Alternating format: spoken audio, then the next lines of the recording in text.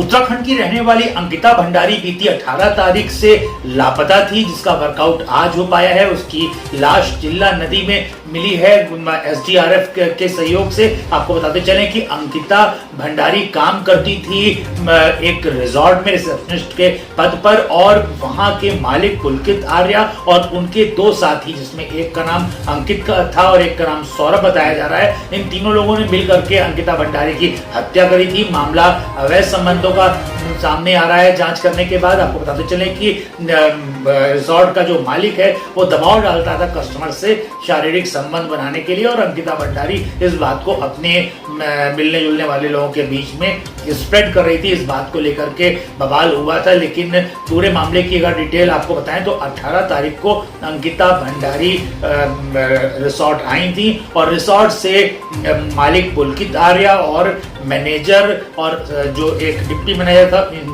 उनके साथ इन तीन लोगों के साथ चारों लोग दो पहिया वाहन से वहां से निकले ऋषिकेश के लिए। और उसके बाद देर शाम तीनों लड़कों ने शराब पी और अंधेरे में चिल्ला पुल के पास खड़े होकर के ये अंकिता भंडारी से पुलकित आर्या की होने लगी बहस, और उसके बाद पुलकित आर्या ने अंकिता भंडारी को दे दिया धक्का चिल्ला नदी में। और उसके बाद हालांकि इन लोगों की अगर माने तो उन्होंने ये बताया कि अंकिता भंडारी ने 2 बार ऊपर पानी की आई और उसने बचाने की गुहार भी लगाई, लेकिन ये लोग डर गए और ये लोग लौट के आ गए अपने रिसोर्ट। वहां पे इन लोगों ने ऐसी शो किया कि अंकिता भंडारी अपने रूम पे है, और उसके बाद इन लोगों ने चुपचाप राजस्व पुलिस को जाकर के पटवारी के द्वारा एक रिपोर्ट लिखा दी, क्योंकि वो एरिया आता था राजस्व पुलिस के पास।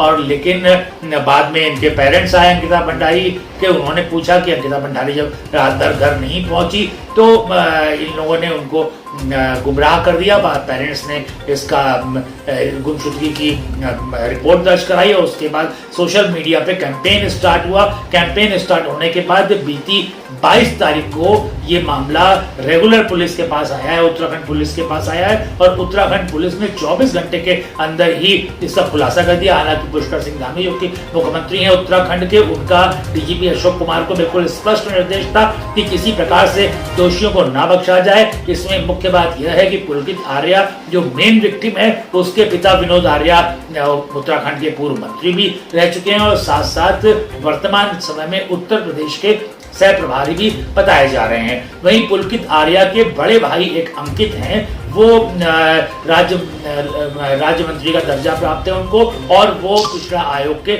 उपाध्यक्ष भी हैं। हालांकि इस पे बड़ा कदम उठाते हुए भारतीय जनता पार्टी ने विनोद आर्या को और उनके बड़े भाई अंकित आर्या को पार्टी से निष्कासित कर दिया है। लोगों के मन में खासा गुस्सा देखने को मिला, क्योंकि यमकेश्वर की विधायक जब एम्स पहुंची है, कि एम्स में पोस्टमार्टम होना था अंकिता भंडारी का, वो वहां पे पहुंची तो उनको भी विरोध का सामना करना पड़ा। लोगों ने उनकी गाड़ी के भी शीशे तोड़ दिए, बाद में उनको वहां से जाना पड़ा। आपको बताते चलें कि इन लड़कों ने कल ही अपना जुर्म स्वीकार कर लिया था, कि रेगुलर पुलिस ने बिल्कुल इनसे कड़ाई से पूछताछ करी। इन्होंने जुर्म स्वीकार करके चिल्ला नदी में उसको फेंकने की बात कही, और बाद में डीजीपी के निर्देश आए कि एसडीआरएफ के सहयोग से चिल्ला नदी में बिल्कुल सर्च ऑपरेशन चलाया गया। कल देर रात तक कुछ भी प्राप्त नहीं हो पाया था, लेकिन आज सुबह काफी डीप सर्च कराया गया, और उसके बाद अंकिता का वहां पे शव मिला। जब उनके परिजन आए और परिजनों ने उसकी शिनाख्त कर ली, और एम्स में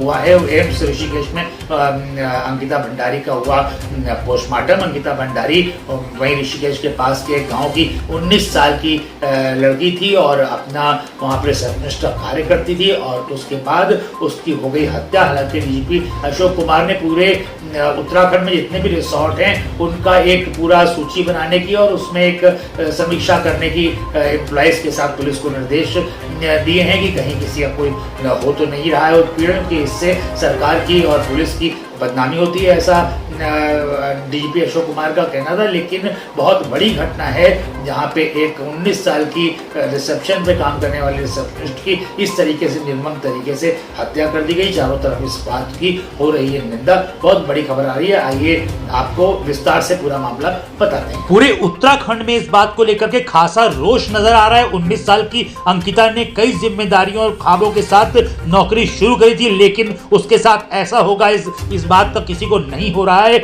यकीन। अंकिता के शव का पोस्टमार्टम हो चुका है। अंकिता के गांव के एक व्यक्ति ने कहा कि उसकी मां शमशान घाट में बैठी हुई है, अपनी बेटी के शव का कर रही है इंतजार। 19 साल की लड़की के मर्डर के बाद पूरे उत्तराखंड में रोष का माहौल है। अंकिता भंडारी की हत्या से पूरे उत्तराखंड में लोगों के अंदर एक जबरदस्त आक्रोश है। अंकिता पौड़ी गढ़वाल की रहने वाली थी और 19 साल की लड़की ने कई जिम्मेदारियों और ख्वाबों के साथ नौकरी की शुरुआत करी थी, लेकिन उसके साथ ऐसा होगा इस बात का किसी को भी नहीं हो रहा है यकीन। और खुद अंकिता भंडारी को भी इस बात का डाउट नहीं था, लेकिन उसके साथ इतनी बड़ी दुर्घटना हो गई। निश्चित रूप से इस प्रकार के कुकृत्य करने वाले चरित्रहीन लोगों को साथ कड़ी से कड़ी कार्रवाई होनी चाहिए और बड़ी से बड़ी सजा दी जानी चाहिए ऐसे लोगों को। अंकिता के शव का इस वक्त पोस्टमार्टम हो चुका है। पौड़ी में अंतिम संस्कार होगा। अंकिता के गांव के एक व्यक्ति ने कहा कि उसकी मां शमशान घाट में बैठी अपने बेटी के शव का इंतजार कर रही है। अंकिता का शव एम्स के पिछले गेट से ले जाया जा रहा है और लोगों के अंदर बहुत जबरदस्त गुस्सा पुलिस प्रशासन के खिलाफ है। नारेबाजी भी लोगों ने करी। हालांकि पुलिस ने 24 घंटे के अंदर वर्कआउट इस मामले को कर दिया। आज तक से आपको पता तो चले कि बात रिसोर्ट में बतौर शेफ काम करने वाले शख्स ने कहा कि अंकिता ने रोते रोते कॉल करी थी। उसने कहा था मेरा बैग ले आओ, मेरा बैग सड़क पर रख दो। जब रिसोर्ट का स्टाफ बैग लेकर गया तो वो वहां पे नहीं मिली। अंकिता को आखिरी बार 18 सितंबर को 3 बजे के आसपास देखा गया था।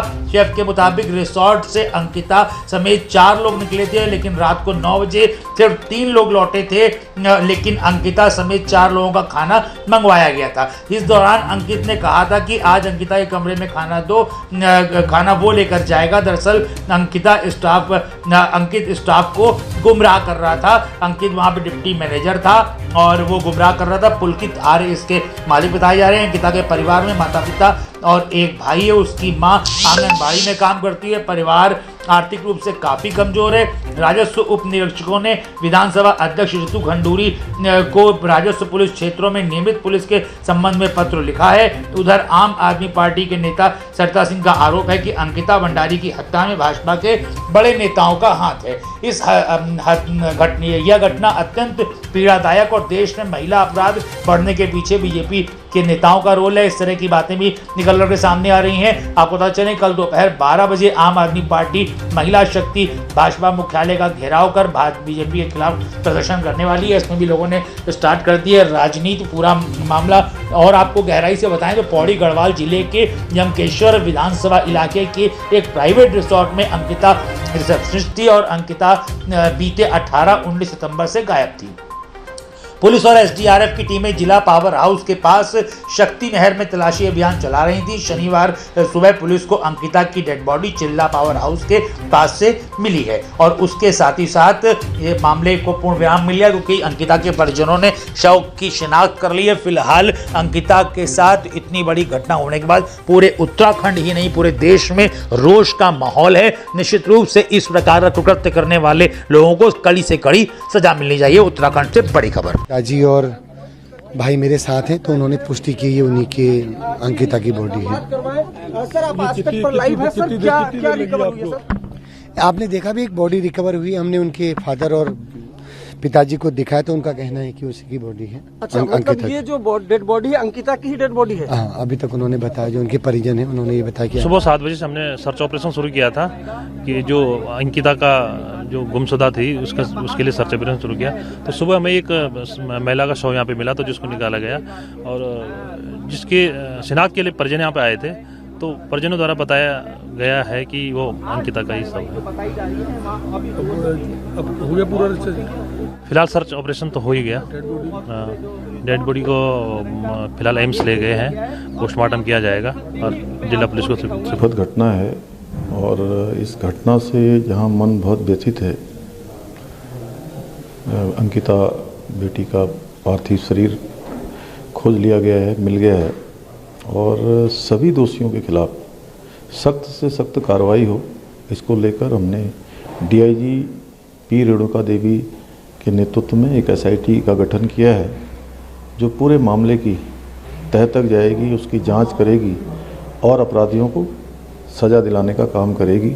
चाहे कोई भी हो, अपराधी इसमें बख्शा नहीं जाएगा।